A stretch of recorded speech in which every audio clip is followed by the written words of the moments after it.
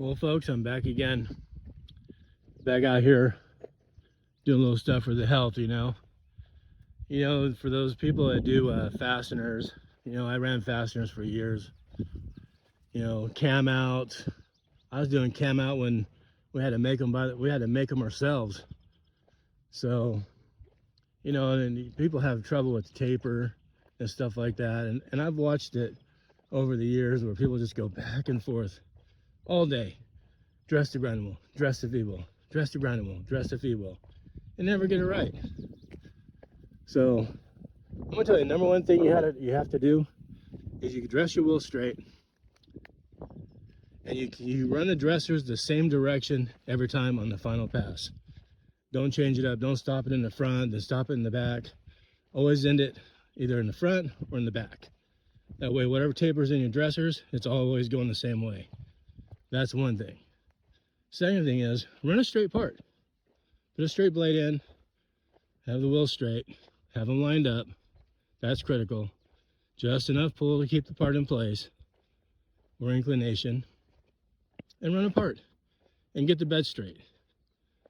Straighten out the taper pins. So the bed's straight, the feed wheel straight to the grinding wheel, and there's no issue there, no taper. And then go ahead and start putting your steps in the wheels.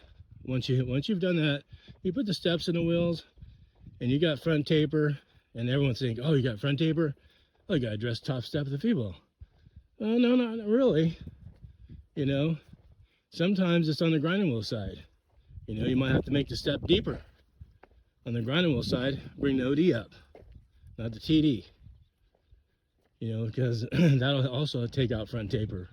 If you make the step in the grinding wheel deeper, it takes out front taper, and vice versa. Same thing on the feed wheel. People think, oh, I got too much back taper. Let me address the bottom step in the feed wheel.